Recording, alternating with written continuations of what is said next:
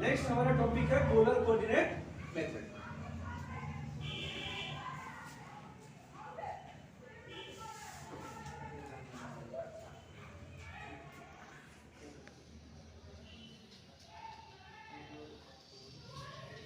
Polar का मतलब होता है कि ओरिजिन के चारों तरफ राउंड है, सर्कुलर। इसके पहले आप ये देख लीजिए कि एंगल कैसे चलेगा। ऊपर सबसे क्या होता है 90 डिग्री, इधर कितना हो जाएगा, इधर 180 डिग्री होगा, ये 270 डिग्री होगा, जस्ट इसके नीचे 360 होता है। जीरो के पास ही 360 डिग्री कंप्लीट होता है।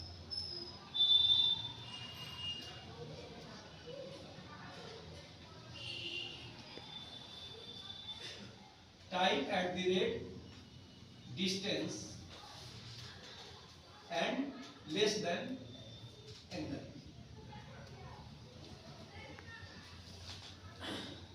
When AutoCAD asks for a point, ठीक है, इसको हम लोग कैसे रिप्रेजेंट करते हैं, वैल्यू को एट द रेट देंगे, फिर जिस दिशा में बढ़ना है लेंथ के साथ वो एंगल देते हैं। यानी हम 5 फीट 0 डिग्री पे बढ़ रहे हैं, यानी सीधा जा रहे हैं, राइट हैंड में हॉरिजॉन्टली जा रहे हैं, तो 5 फीट लेस देन का चिन्ह और उसके बाद 0 डिग्री।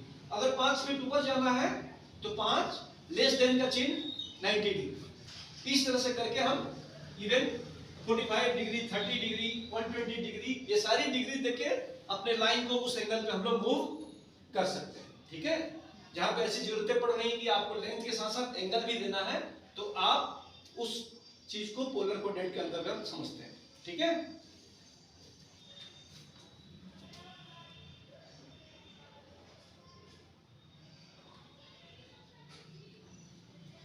स्टार्ट पॉइंट आप कोई भी वैल्यू रख सकते हैं, सपोज 0 0 रखा है। उसके बाद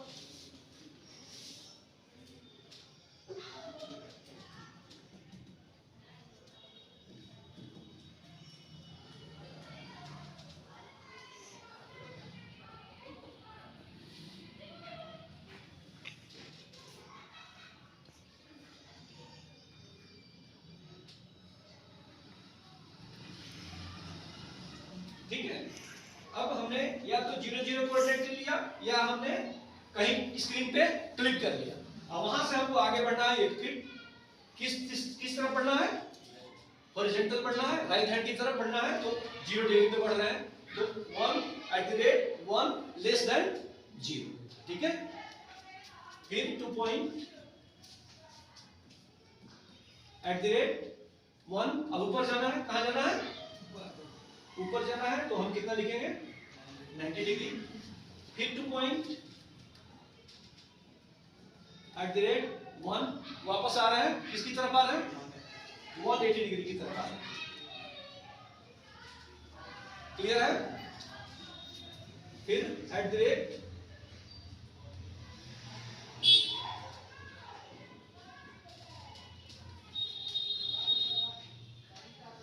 @1 नीचे आ रहे हैं 270 या क्लोज, क्या लिख देंगे क्लोज भी लिखेंगे तो सेम बात है। ठीक है, तो ऑब्जेक्ट हमारा क्या बना, ऑब्जेक्ट एक रेक्टेंगल बना है, 1 बाय 1 का रेक्टेंगल बना है। कितना का बना है 1 1। यहां वैल्यू हमने लिया है 0 0। ठीक है, @1 less than 0, @1 less than 90 degree, @1 less than 180, @1 less than 270 और क्लोज है। क्लियर है, अब तो बना सकते हैं आप।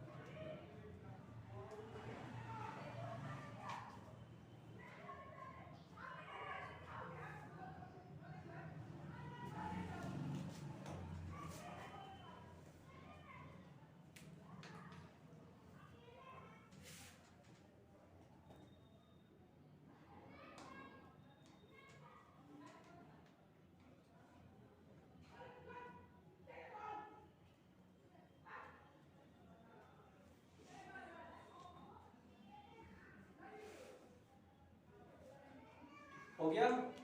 सबसे पहले इसका कोऑर्डिनेट बताइए, कौन बताएगा? चलिए यहाँ का वैल्यू बताइए। @6,0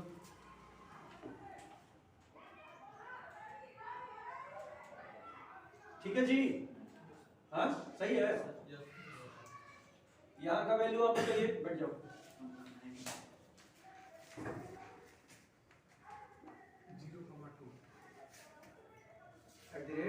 0,2 इस एंगल पे क्या बताओ? -4 -4, ठीक है। नेक्स्ट यू @0,6, ठीक है, सही है। इस पॉइंट का आप बताइए,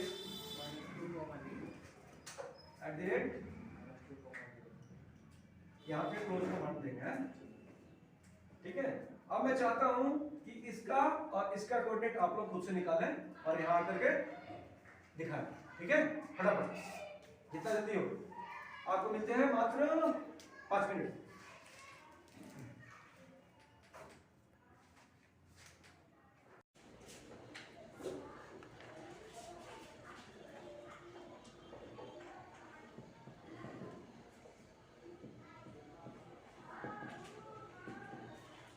रिलेटिव कोऑर्डिनेट,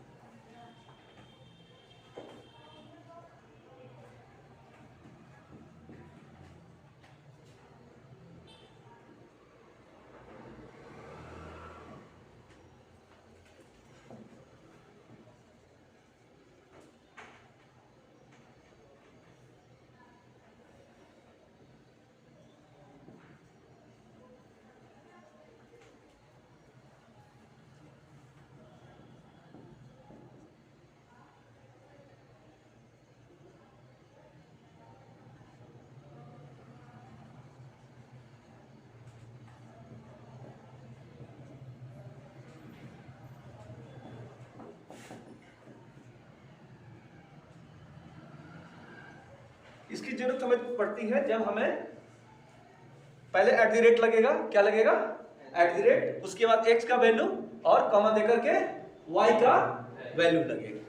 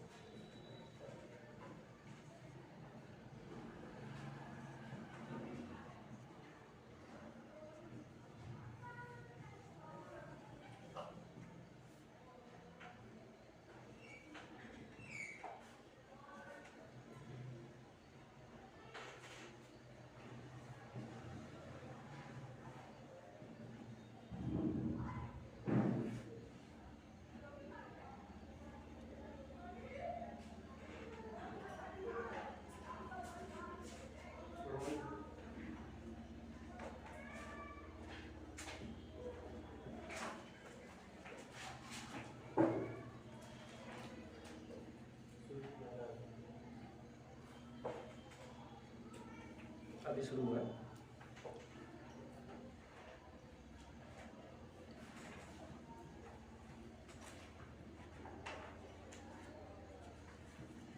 ठीक है, यहाँ पिक पॉइंट में आप 0 0 कर सकते हैं। क्या कर सकते हैं? 0 0, यानी 0 0 से इसको शुरू किया जा सकता है, या क्लिक करके भी शुरू किया जा सकता है।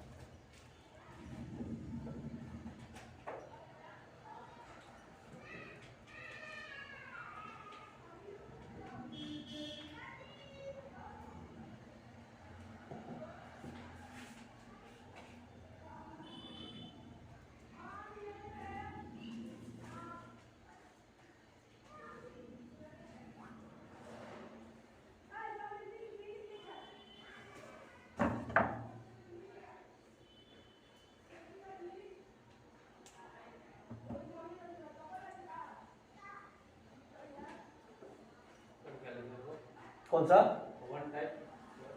हाँ, ये केवल पॉइंट है। वन क्या है? पॉइंट है। Type @ delta X delta Y, यानी एक्स की लंबाई और वाई की length. When AutoCAD asks for a point, जब पूछता है कि नेक्स्ट पॉइंट क्या देना है, तब आप क्या करेंगे?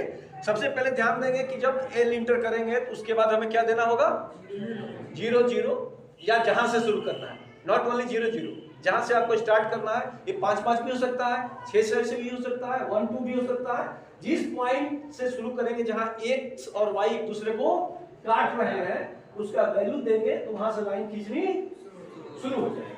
ठीक है?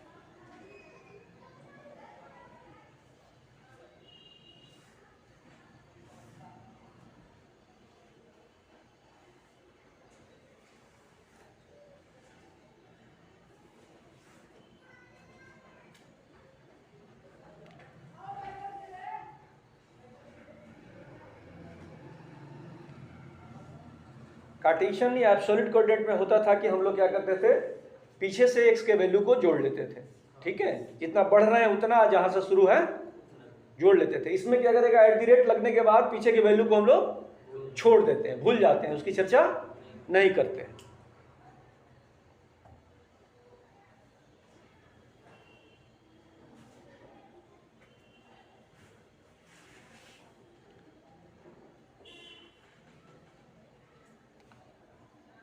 डायरेक्ट डिस्टेंस में बहुत आसान होता है। मैक्सिमम लोग किस में पढ़ाते हैं? मैक्सिमम लोग क्या कैड में पढ़ाते हैं? Direct distance. 4 मेथड है आपके। एक तो हो गया एब्सोल्यूट कोऑर्डिनेट, दूसरा हो गया रिलेटिव कोऑर्डिनेट, तीसरा हो गया पोलर कोऑर्डिनेट और चौथा हो गया डायरेक्ट डिस्टेंस। सबसे पहले हम लोग क्या करते हैं? डायरेक्ट डिस्टेंस करते हैं। वो क्वाइट इजी होता है। फर्स्ट पॉइंट क्लिक किया, सेकंड पॉइंट का वैल्यू दिया, ऑब्जेक्ट क्रिएट हो जाता है। प्रोडक्शन वैल्यू के हिसाब से डायरेक्ट डिस्टेंस सही है, लेकिन जहां हमें कोऑर्डिनेट की जरूरत पड़ेगी वहां कोऑर्डिनेट देना पड़ेगा ना। अगर जॉब की रिक्वायरमेंट कोऑर्डिनेट है तो कोऑर्डिनेट जानना जरूरी है।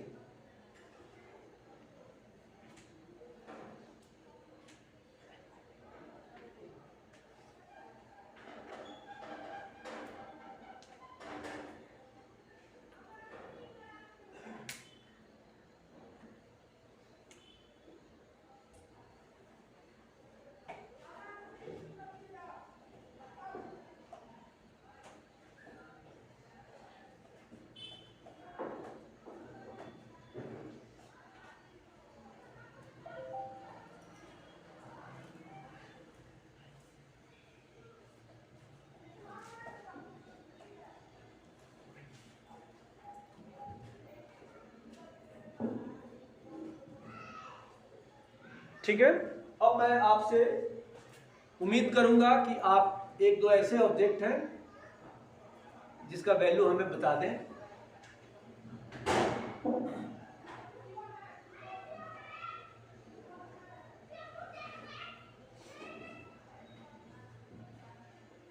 सपोज ये 0.55 का है। ठीक है, इसका लेंथ 7 है, इसका 8 है, इसका 2 है, इसका 6 है, इसका 3 है।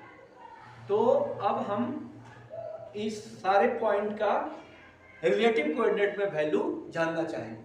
किस में जानना चाहेंगे? रिलेटिव कोऑर्डिनेट में हम जानना चाहेंगे। तो शुरू करते हैं। सबसे पहले आप बताइए यहाँ का वैल्यू कितना होगा? हाँ, अच्छा, अभी आप समझे नहीं। आप बताइए सर, यहाँ का वैल्यू कितना होगा? 7.5 हाँ 7.5 एट द रेट 7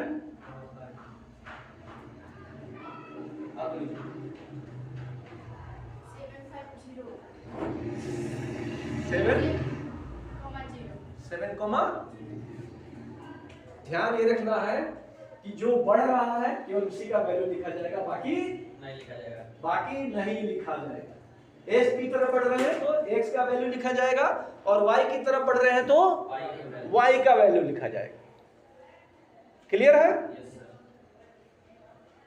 x बढ़ रहे हैं तो y 0 हो जाएगा, और y बढ़ रहे हैं तो x प्लस माइनस हो सकता है, यानी अपोजिट में आ रहे हैं तो माइनस में पहले वैल्यू होगा। लेकिन अब क्लियर हो रहा है? हाँ, यहां का वैल्यू हमें मिला 7,0। बैठ जाइए, यहां का वैल्यू बताओ।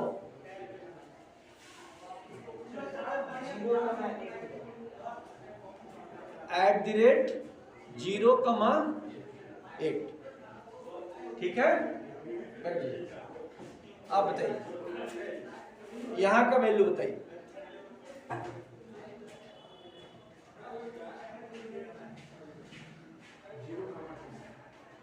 जीरो कमा 2 हम माइनस हो रहा है, क्या हो रहा है? तो एट द रेट ठीक है, x में हम लोग -2 पढ़ रहे हैं माइनस में, और y तो अपनी जगह पे स्थिर ही है, y कुछ नहीं होगा। ठीक है, क्लियर हो रहा है सब कुछ? इसका वैल्यू आप बताइए। एट द रेट -6 ठीक है, क्या समझे? नीचे आ रहा है, y किस में आ रहा है? नीचे आ रहा है, तो ऑटोमेटिक माइनस हुआ, और y ही बढ़ रहा है, इसलिए x 0। सबको समझ में आने लगा? अब यहाँ का वैल्यू हमें चाहिए।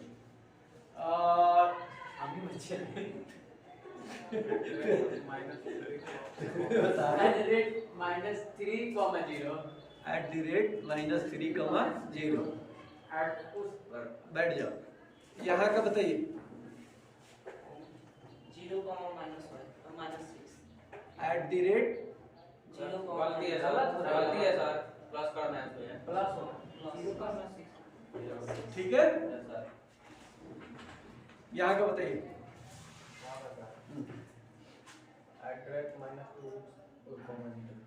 एट द रेट -2, और यहाँ क्लोज मार देंगे, कंप्लीट हो जाएगा। यही ना है? सब लोग नोट कर लिए? कर लीजिए तब।